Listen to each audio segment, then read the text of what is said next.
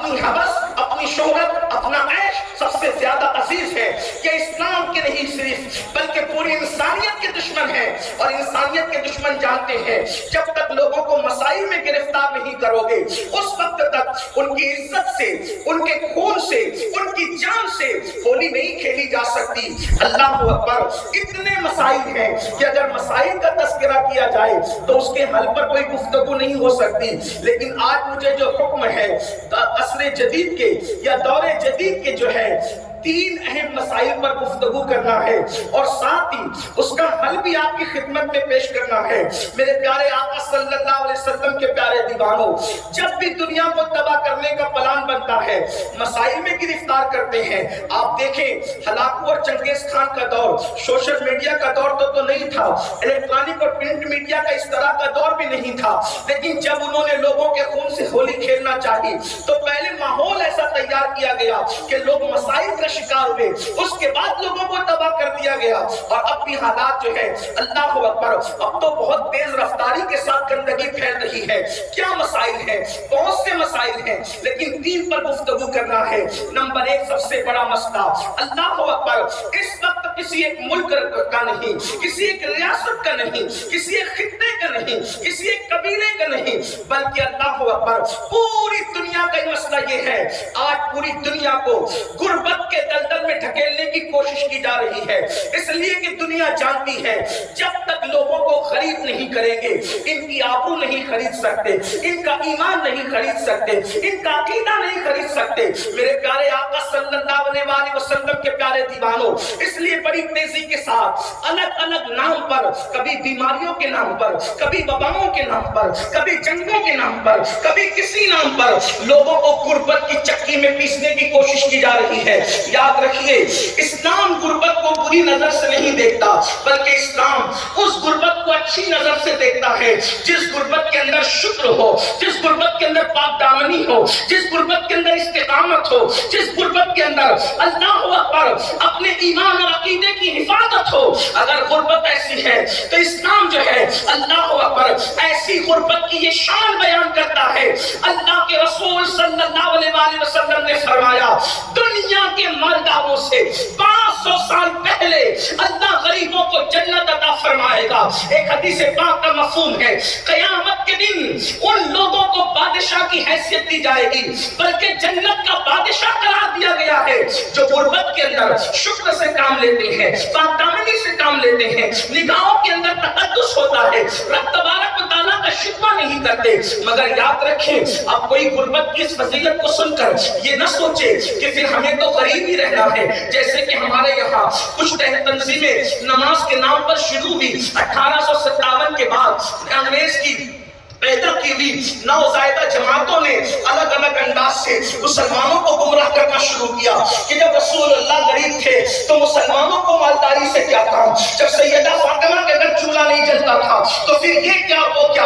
اللہ کی عزت کی قسم ہم سنیوں کے عقیدے میں رسول اللہ کوئی غریب نہیں ہے. واللہ ہمارا عقیدہ تو یہ ہے دنیا کا سب سے مالدار اگر کوئی انسان ہے تو وہ ہمارے نبی کی ذات ہے. اس کی وجہ یہ ہے کسی کے ملک میں، کسی کے قبضے میں ایک ریاست ہے، کسی کے قبضے میں ایک ملک ہے، کسی کے قبضے میں 2 ملک ہے، لیکن میرے نبی وہ نبی ہے اللہ اکبر کہ خالق کل نے آپ کو مالک کل بنا دیا.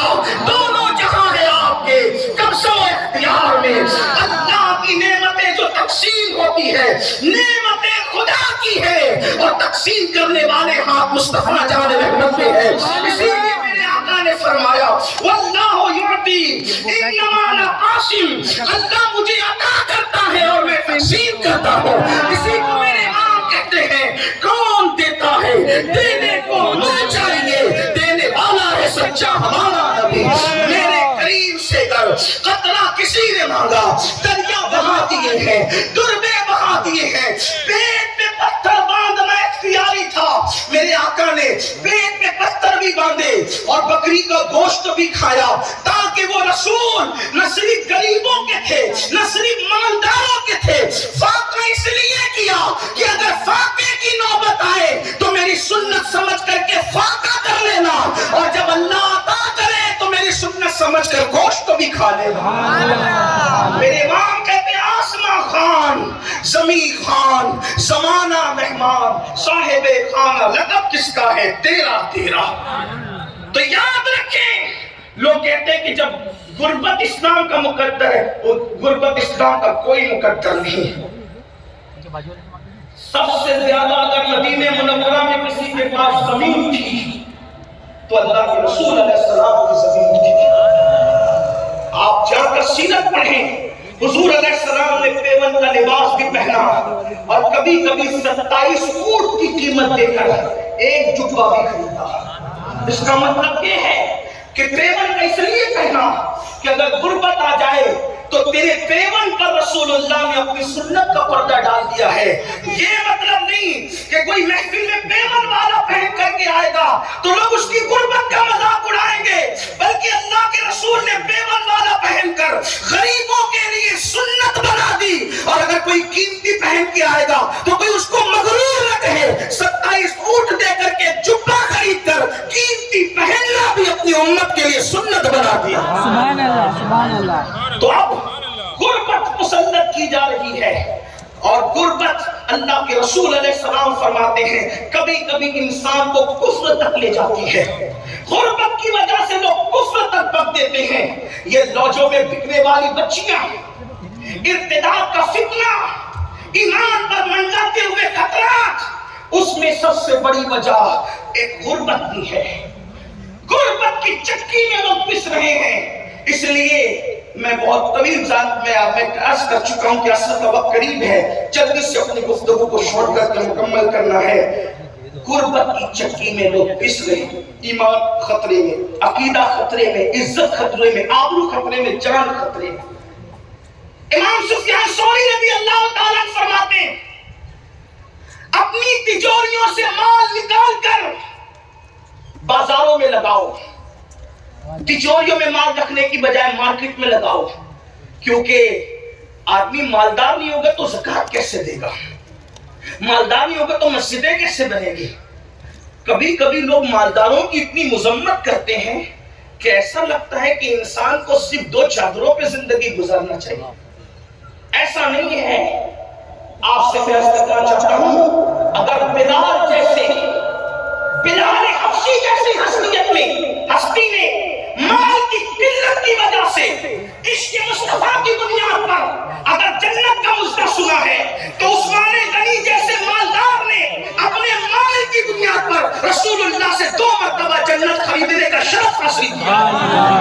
اور یہ بھی شان مصطفیٰ ہے، غریب کو بھیک میں جنت دی اور مالدار کو بیچ کر جنت دی، اور بتا دیا اللہ اکبر کہ میں صرف بانٹنے والا نہیں ہوں بلکہ بیچنے والا بھی ہوں. اور بیچتا وہی ہے جس کو مالک بنا دیا جاتا ہے. تو آقا کو عطا اشتباہ کیا گیا کہ خالق کل نے آپ کو مالک کل بنا دیا. جہاں پانی عطا کر دے، بڑی جنت ہبا کر دے. نبی مختار کل ہے جس کو جو چاہے عطا، نبی مختار کل ہے جس کو جو چاہے عطا کر دے. اور جہاں میں ان کی چلتی ہے وہ دم میں کیا سے کیا کر دے، زمین کو آسمان کر دے، سوریا کو سرا کر دے. آؤ غربت کا خاتمہ کیسے ہو اس پر چند چیزیں. نمبر 1، غربت کے خاتمے کی کوشش کرنا ہے، بالخصوص نئی جنریشن کو، نئی نسل کو. لوگ کہتے ہیں غربت جب رسول اللہ نے پسند کی تو ہم کیوں غربت سے نکلے؟ ہم نے کہا بیماری بھی تو پسند کی، لیکن ساتھ میں یہ بھی کہا بیمار پڑو تو بیمار مت پڑے رہو، بلکہ بیمار پڑو تو بیماری کا علاج کرو.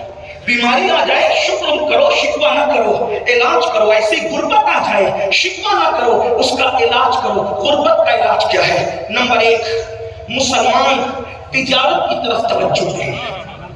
ہم تجارت کریں. مزدوری کو اسلام نے پسند نہیں کیا. اسلام ہمیں مزدور بنانے نہیں بلکہ اسلام ہمیں تاجر بنانے کے لیے آیا. اسلام ہمیں مالدار بنانے کے لیے آیا. آپ کو نہیں پتا اللہ کے رسول کی محنتوں نے اتنا مالدار کر دیا تھا کہ جب بحرین سے حضرت ابو ہریرہ آئے تو بیت المال کے لیے 7 لاکھ درہم لے کر کے اپنے ساتھ.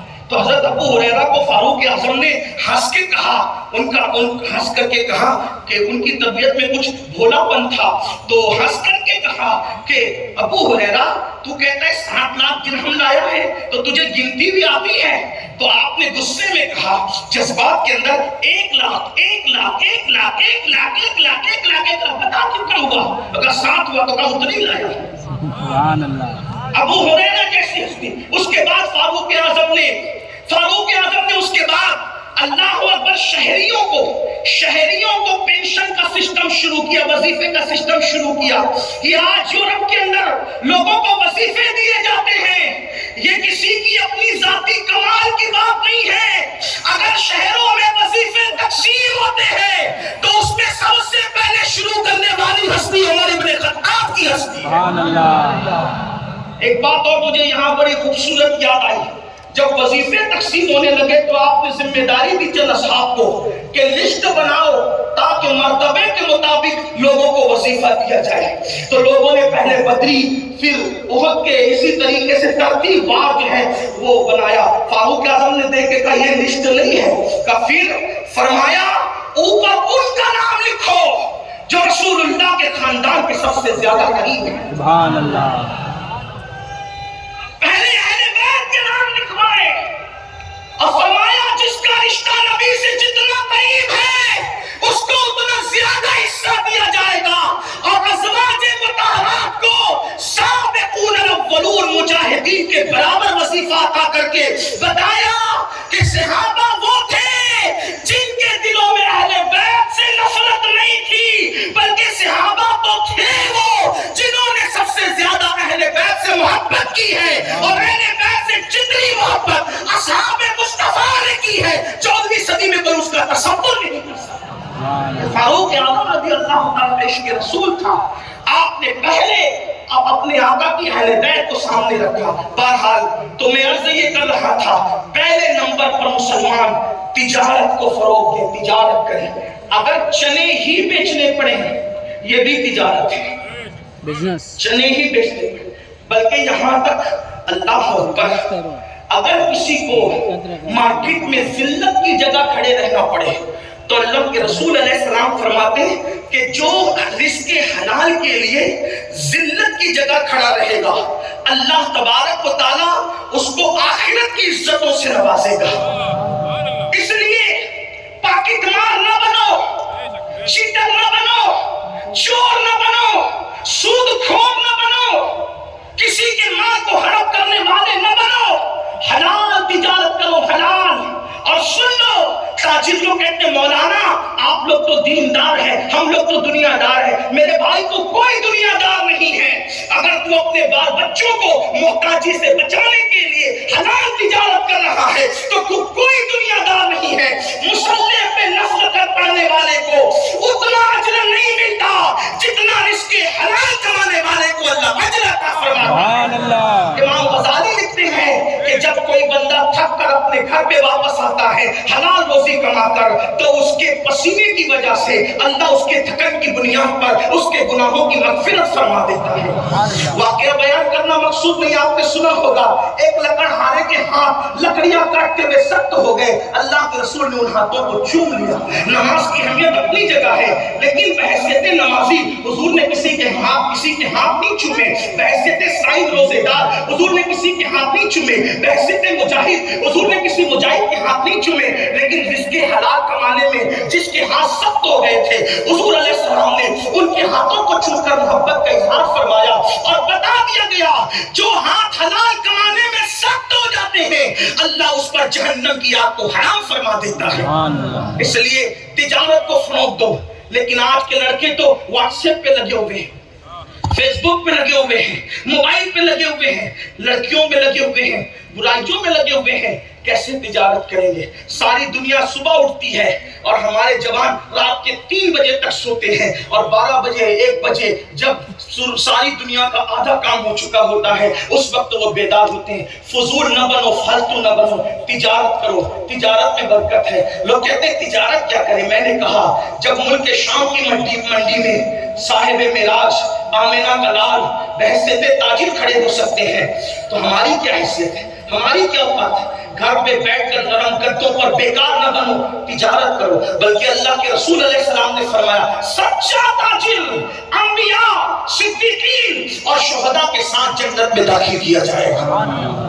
سچے تاجر کو نبیوں کے ساتھ جنت میں داخلے کی بشارت، اس لیے سچے تاجر بنو۔ اور ایک بات آپ سے کہتا ہوں، مال کماؤ لیکن حرام اور حلال میں تمیز کرو۔ یہ نہیں کہ جنگلی رمی سے بھی مال آ رہا ہے تو لے لو، جوے سے بھی آ رہا ہے تو لے لو، نہیں، جوا حرام ہے اور جوا تباہ ہوگا، جوا برباد ہوگا، سود ہلاک ہوگا، سود برباد ہوگا۔ اس لیے حلال ذریعے سے شارٹ ٹائم